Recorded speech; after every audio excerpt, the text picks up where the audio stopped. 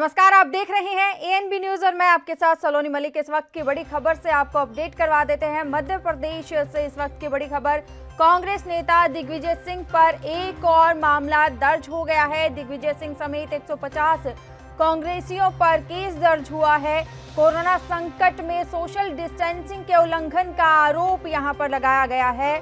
आपको बता दें कि कल पेट्रोल डीजल की बढ़ती कीमतों को लेकर प्रदर्शन किया था। बढ़ती कीमतों को लेकर साइकिल रैली निकाली गई थी। इस वक्त की बड़ी खबर आपको बता रहे हैं मध्य प्रदेश से, जहां कांग्रेस नेता दिग्विजय सिंह की आपको बता दें कि लगातार मुश्किलें बढ़ती जा रही है। एक और मामला दर्ज हुआ है। दिग्विजय सिंह समेत 150 कांग्रेसियों पर केस दर्ज हुआ है। कोरोना संकट में सोशल डिस्टेंसिंग के उल्लंघन का आरोप लगा है। आपको बता दें कि कल दिग्विजय सिंह पर आपको पेट्रोल डीजल की बढ़ती कीमतों को लेकर प्रदर्शन किया था। बढ़ती कीमतों को लेकर साइकिल रैली निकाली थी, जिसके चलते सोशल डिस्टेंसिंग का उल्लंघन करने के आरोप में दिग्विजय सिंह समेत 150 कांग्रेसियों पर केस दर्ज हो चुका है। इस वक्त की बड़ी खबर आपको बता रही हैं। पेट्रोल डीजल की बढ़ती कीमतों को लेकर विपक्ष लगातार केंद्र सरकार पर हमला बोल रहा है। इस कड़ी में बुधवार को भोपाल में कांग्रेस के वरिष्ठ नेता दिग्विजय सिंह ने साइकिल रैली निकालकर विरोध प्रदर्शन किया था।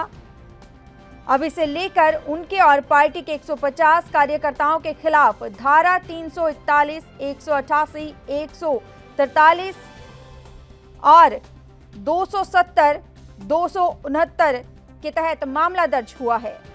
बता दें कि भोपाल में कांग्रेस ने सरकार के खिलाफ जमकर प्रदर्शन किया था। कांग्रेस के वरिष्ठ नेता दिग्विजय सिंह और अन्य कांग्रेस नेताओं ने सड़क पर उतरकर बढ़ी कीमतों के खिलाफ अपना विरोध दर्ज करवाया। दिग्विजय सिंह के नेतृत्व में अन्य कांग्रेस नेताओं ने पेट्रोल डीजल की कीमतें बढ़ने को लेकर अपना विरोध जताते हुए रोशनपुरा चौराहे से मुख्यमंत्री आवास तक साइकिल मार्च निकाला था, जिसके चलते सोशल डिस्टेंसिंग के उल्लंघन का आरोप लगा है। और उसी की कड़ी में अब दिग्विजय सिंह समेत 150 कांग्रेसियों पर केस दर्ज हुआ है।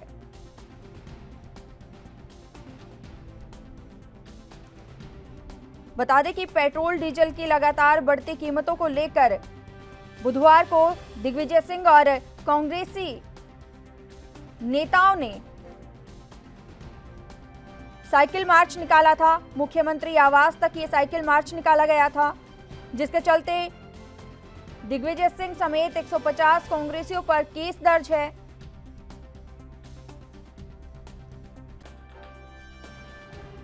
सुनील मालवीय हमारे साथ फोन लाइन पर जुड़ चुके हैं। सुनील मालवीय, आपसे जानना चाहेंगे, लगातार दिग्विजय सिंह की मुश्किलें बढ़ती जा रही है। अब उनके साथ साथ कांग्रेस के 150 कार्यकर्ताओं के खिलाफ एफआईआर दर्ज हुई है।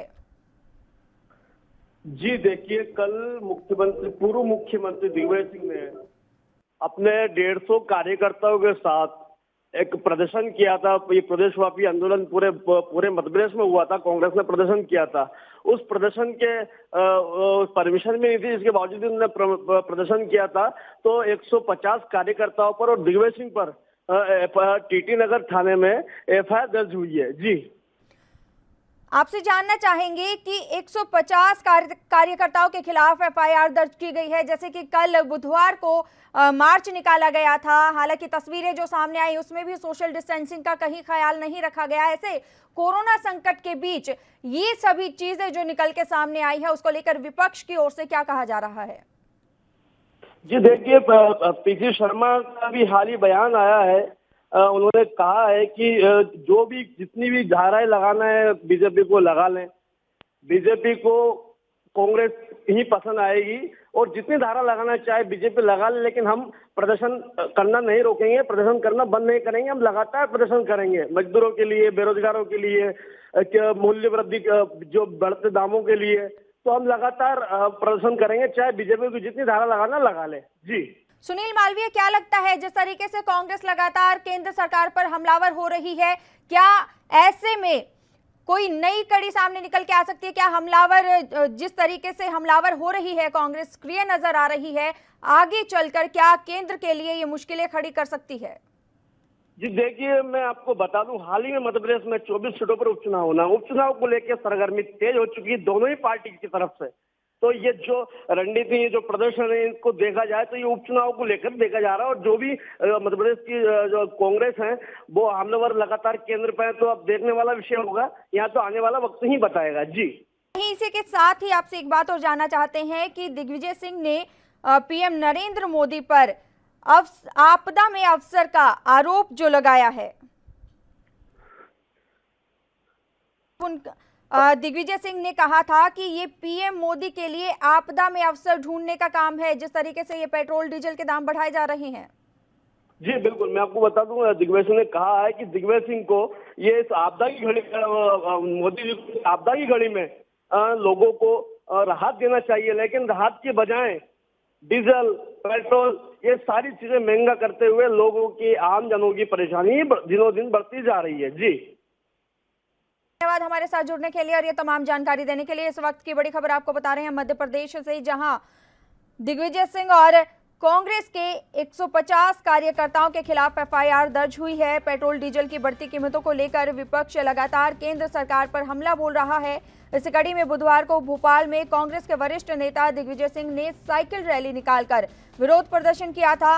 अब इसे लेकर उनके और पार्टी के 150 कार्यकर्ताओं के खिलाफ कई धाराओं के तहत मामला दर्ज हुआ है। बता दें कि भोपाल में कांग्रेस ने सरकार के खिलाफ जमकर प्रदर्शन किया बुधवार को, और कांग्रेस के वरिष्ठ नेता दिग्विजय सिंह और अन्य कांग्रेस नेताओं ने सड़क पर उतरकर बढ़ी कीमतों को लेकर ये विरोध प्रदर्शन किया। दिग्विजय सिंह के नेतृत्व में अन्य कांग्रेस नेताओं ने पेट्रोल डीजल की कीमतें बढ़ने को लेकर विरोध जताते हुए मुख्यमंत्री आवास तक साइकिल मार्च निकाला था, जिसके चलते सोशल डिस्टेंसिंग के उल्लंघन के आरोप में ये मुकदमा दर्ज किया गया है।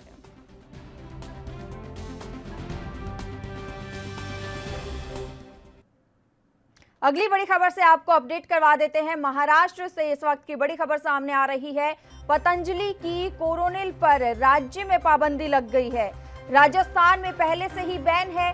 महाराष्ट्र के गृह मंत्री अनिल देशमुख ने ऐलान किया है, कहा है कि हमारी सरकार नहीं देगी बिक्री की अनुमति।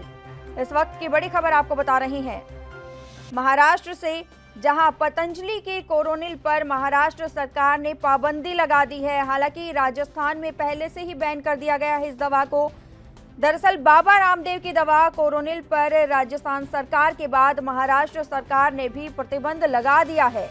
महाराष्ट्र सरकार के गृह मंत्री अनिल देशमुख ने कहा कि कोरोनिल के क्लिनिकल ट्रायल के बारे में अभी कोई पुख्ता जानकारी नहीं है। ऐसे में महाराष्ट्र में इस दवा की बिक्री पर पाबंदी रहेगी।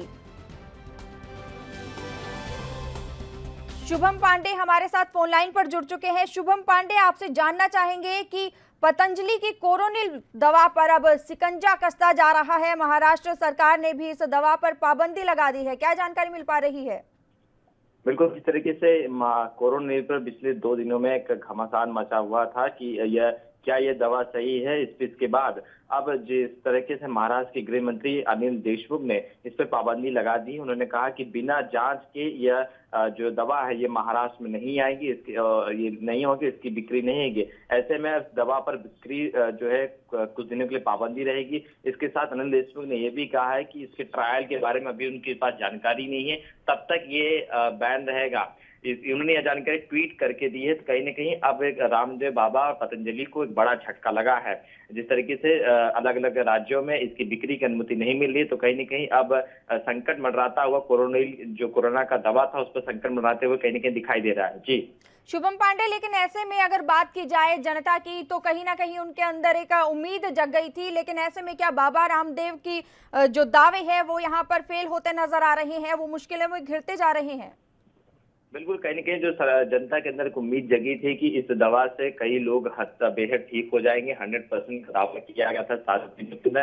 लेकिन एक के बाद एक राज्य जिस तरह से इस पर पाबंदी लगा रही है, तो कहीं न कहीं लोगों के मन में अब जो है इसके प्रति एक नेगेटिविटी आ जाएगी। क्या यह दवा सही है, क्या दवा गलत है? जिस तरह से पहले आयुष मंत्रालय ने इस पर जो है इसके विज्ञापन पर रोक लगाई, इसके बाद महाराष्ट्र सरकार ने विज्ञापन पर रोक लगाया। अब महाराष्ट्र सरकार का कहना है कि जब तक इसकी पूरी वो जांच नहीं कर लेंगे और इसकी पूरी जानकारी केंद्र सरकार से नहीं मिल पाएगी। इसके बाद यहाँ पर ट्रायल जो है पहले ट्रायल किया जाएगा, उसके तब तक इस दवा की बिक्री पे पूरी तरह से पाबंदी रहेगा। तो यानी कि जो जनता है, जो लोग इसके इंतजार में थे, दवा के इंतजार में थे, उन सभी को एक नेगेटिविटी इस दवा के प्रति अब दिखाई देनी जो है शुरू हो चुकी है। क्या लगता है, जो कस्टमर्स की बात करें जो पतंजलि के साथ जुड़े हुए हैं, ऐसे में क्या असर पड़ सकता है? बिल्कुल असर बहुत पड़ेगा। अगर इन दिनों, आगामी दिनों में अगर ये दवा मार्केट में भी आती है तो पहले कुछ दिन लोग इसे जो है नहीं खरीदेंगे और इक्का दुक्का लोग ही खरीदेंगे, क्योंकि अब जिस तरह से इसकी जो खबरें सबके सामने आई है, पहले आयुष मंत्रालय ने इसके विज्ञापन पर रोक लगाया, फिर कुछ राज्यों ने इसके जिस तरीके से इसमें जो कमियां बताई और कहीं न कहीं जो एक पूरी छवि जो बाबा रामदेव की पतंजलि की प्रति इस दवाई के ऊपर थी, वो कहीं न कहीं लोगों के मन से निकलती जा रही है। तो आगामी दिनों में अगर ये दवा मार्केट में आती भी है या पतंजलि के स्टोर में आती है तो भी इसका इफेक्ट बहुत ऊपर पड़ेगा। लोग इसे नहीं खरीदेंगे, क्योंकि जिस तरीके से ये खबर अब लोगों के बीच पहुंच चुकी है कि ये दवा गलत है, ये दवा जो है पतंजलि के लिए नहीं बनाई गई, इसका ट्रायल नहीं किया, तो कहीं नहीं इसका असर पतंजलि और बाबा रामदेव पर जरूर पड़ेगा। वहीं एक तरफ अगर उत्तराखंड के आयुष विभाग की ओर से बात की जाए तो कहा जा रहा है कि इम्यूनिटी बूस्टर के लिए परमिशन दी गई थी, लेकिन ऐसे में ये जो दावे किए गए हैं उसके बारे में क्या महाराष्ट्र सरकार की ओर से कहा जा रहा है? अगर आने वाले दिनों की बात की जाए, अगर दवा सही तरीके से जो दावे किए गए हैं वो सही साबित होते हैं तो आगे की रणनीति, आगे की जो कार्रवाई होगी वो क्या की जाएगी? देखिए, अगर रणनीति केंद्र सरकार की तरफ से जो आयुष मंत्रालय ने यह दावा किया था कि जो लाइसेंस दिया गया था उसके आधार पर उन्होंने दवाई नहीं बनाई, जबकि किसी और बिना परमिशन के जो है ये दवाई बनाएगी जड़ी बूटियों का इस्तेमाल करके, तो जिसके बाद पतंजलि ने कुछ दिन पहले आयुष मंत्रालय को 11 पन्ने का जवाब भेजा है। लेकिन उधर उत्तराखंड और इन लोग ने कहा, ये सभी जो राज्य है उन्होंने कहा कि हमने इसके लिए लाइसेंस दी थी। अगर ये लाइसेंस केंद्र सरकार है अगर इस दवा को पास कर दी थी, हाँ ये दवा पूरी तरह से जो मंजूरी मिल चुकी जाएगी, तब महाराष्ट्र में इसका कहीं न कहीं महाराष्ट्र सरकार भी इस दवे का स्वागत करेगी और ये दवा लोगों तक पहुंचाएगी। लेकिन उससे पहले महाराष्ट्र में अब आना, ये जो दवा का आना बेहद मुश्किल हो चुकी। इसके पहले भी महाराष्ट्र के गृह मंत्री अनिल देशमुख और महाराष्ट्र के जो कैबिनेट मिनिस्टर है वो सभी इन्होंने इस दवा का जो ट्रायल देने की बात कही थी, लेकिन जब पूरी तरह से तस्वीरें साफ हो चुकी है तो कहीं न कहीं महाराष्ट्र में इस दवा को आना फिलहाल अभी तक नहीं देखा जा रहा है। शुभम पांडे, बहुत बहुत धन्यवाद हमारे साथ जुड़ने के लिए और ये तमाम जानकारी देने के लिए। इस वक्त की बड़ी खबर आपको बता रहे हैं, बाबा रामदेव की दवा कोरोनिल पर राजस्थान सरकार के बाद महाराष्ट्र सरकार ने भी प्रतिबंध लगा दिया है। महाराष्ट्र सरकार के गृह मंत्री अनिल देशमुख ने भी कहा है कि कोरोनिल के क्लिनिकल ट्रायल के बारे में अभी कोई पुख्ता जानकारी नहीं है, ऐसे में महाराष्ट्र में इस दवा की बिक्री पर पाबंदी रहेगी। इसी के साथ ही उन्होंने कहा कि national institute of medical science Jaipur ये पता लगा रहा है कि क्या पतंजलि के कोरोनिल का क्लिनिकल ट्रायल किया गया था। इसके साथ ही उन्होंने कहा कि बाबा रामदेव को चेतावनी देते हैं कि हमारी सरकार महाराष्ट्र में नकली दवाओं की बिक्री की अनुमति नहीं देगी। आपको बता दें कि आयुष मंत्रालय की आपत्ति के बाद राजस्थान पहला राज्य बना था जिसने बाबा रामदेव की दवा कोरोनिल की बिक्री पर रोक लगा दी है। राजस्थान सरकार ने अपने आदेश में कहा कि केंद्रीय आयुष मंत्रालय की स्वीकृति के बिना कोविड-19 महामारी की दवा के रूप में किसी भी आयुर्वेदिक औषधि का विक्रय नहीं किया जा सकता है।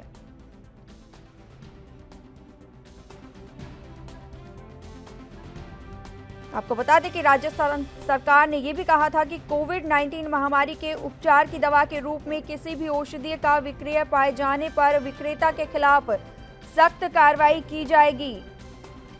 इससे पहले केंद्रीय आयुष मंत्रालय ने रामदेव के दावों पर सवाल खड़े किए थे, विज्ञापन पर रोक लगाई और दवा की जांच की बात कही। पतंजलि से दवा के बारे में जानकारी मांगी गई। वहीं आयुष मंत्रालय के बाद उत्तराखंड आयुष विभाग ने भी पतंजलि की ओर से किए गए दावों को गलत बताया, साथ ही पतंजलि को नोटिस भी जारी कर दिया। अनुज गुप्ता, बीजेपी नेता, हमारे साथ फोन लाइन पर जुड़ चुके हैं। बहुत बहुत स्वागत है आपका एनबी न्यूज में। नमस्कार, मैं अर्जुन गुप्ता।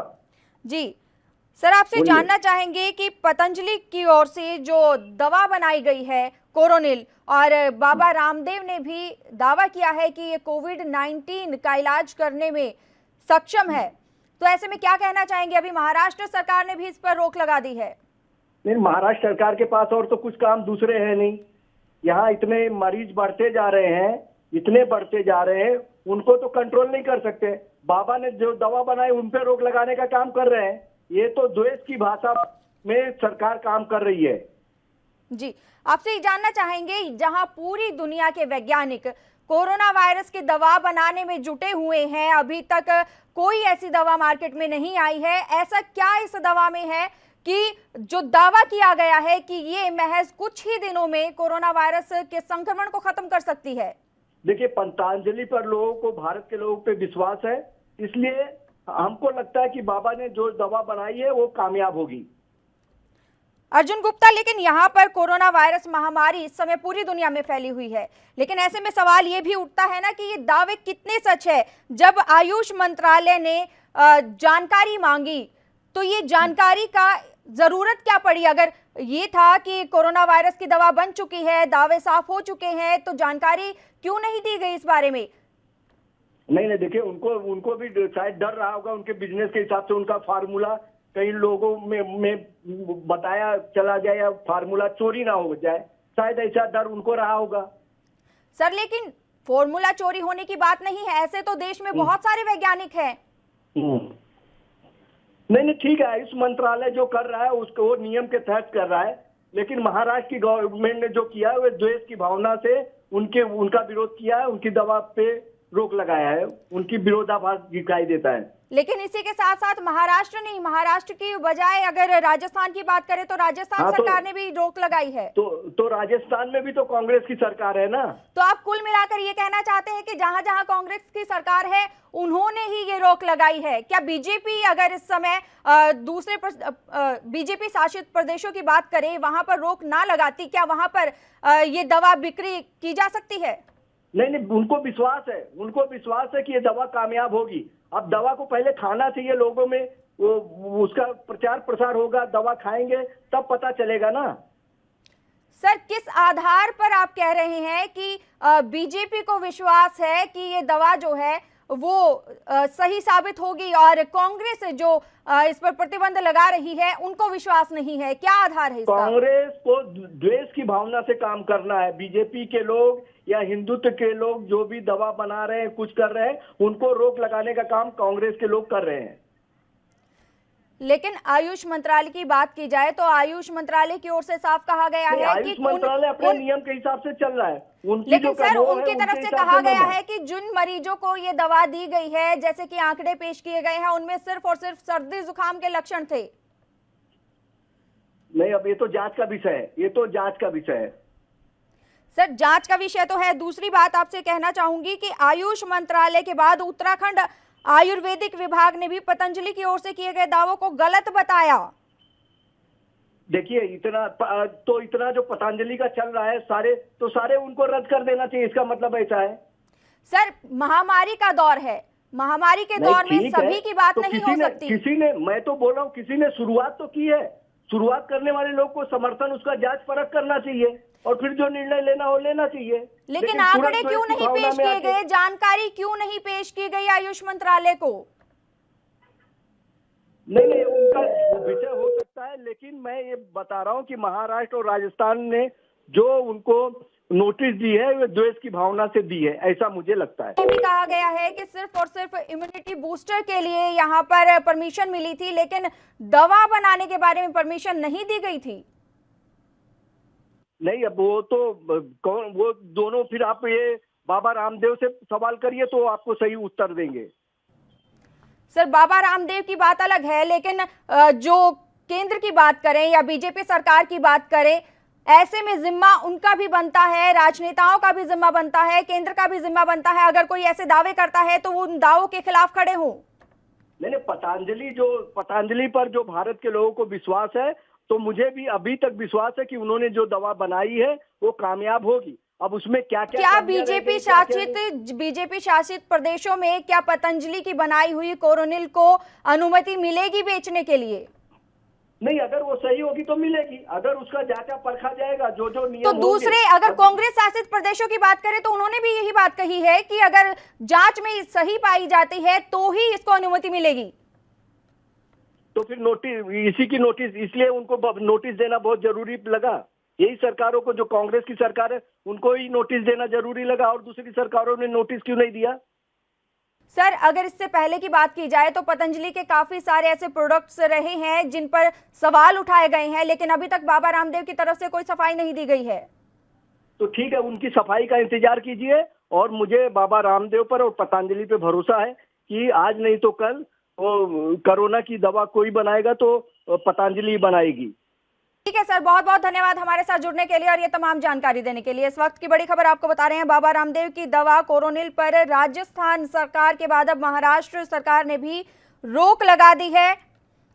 महाराष्ट्र सरकार के गृह मंत्री अनिल देशमुख ने कहा कि कोरोनिल के क्लिनिकल ट्रायल के बाद ही अभी कोई पुख्ता जानकारी नहीं मिल पाई है इस बारे में, और ऐसे में महाराष्ट्र में इस दवा की बिक्री पर प्रतिबंध रहेगा। वहीं बिहार के पटना में आरजेडी का विरोध प्रदर्शन, तेल के बढ़ते दामों के खिलाफ प्रदर्शन किया गया है। तेजस्वी और तेज प्रताप यादव सड़क पर उतरे हैं, भारी संख्या में आरजेडी कार्यकर्ता मौजूद है। इस वक्त की बड़ी खबर आपको बता रहे हैं बिहार से, जहां पर पटना में आरजेडी का विरोध प्रदर्शन जारी है। तेजस्वी और तेज प्रताप यादव सड़क पर उतरे हैं, तेल के बढ़ते दामों के खिलाफ प्रदर्शन किया जा रहा है। भारी संख्या में आरजेडी कार्यकर्ता मौजूद हैं। वहीं आपको बता दें कि मध्य प्रदेश की बात करें तो मध्य प्रदेश में भी कांग्रेस नेता दिग्विजय सिंह के ऊपर और उनके समेत 150 कांग्रेसियों पर केस दर्ज किया गया है। दरअसल मामला ये कुल मिलाकर बढ़ते दामों के खिलाफ प्रदर्शन किया जा रहा है, जिसके चलते अब बिहार के पटना में भी आरजेडी का विरोध प्रदर्शन जारी है। तेजस्वी और तेज प्रताप यादव सड़कों पर उतरे हैं, तेल के बढ़ते दामों के खिलाफ प्रदर्शन किया जा रहा है। भारी संख्या में आरजेडी कार्यकर्ता सड़कों पर मौजूद हैं।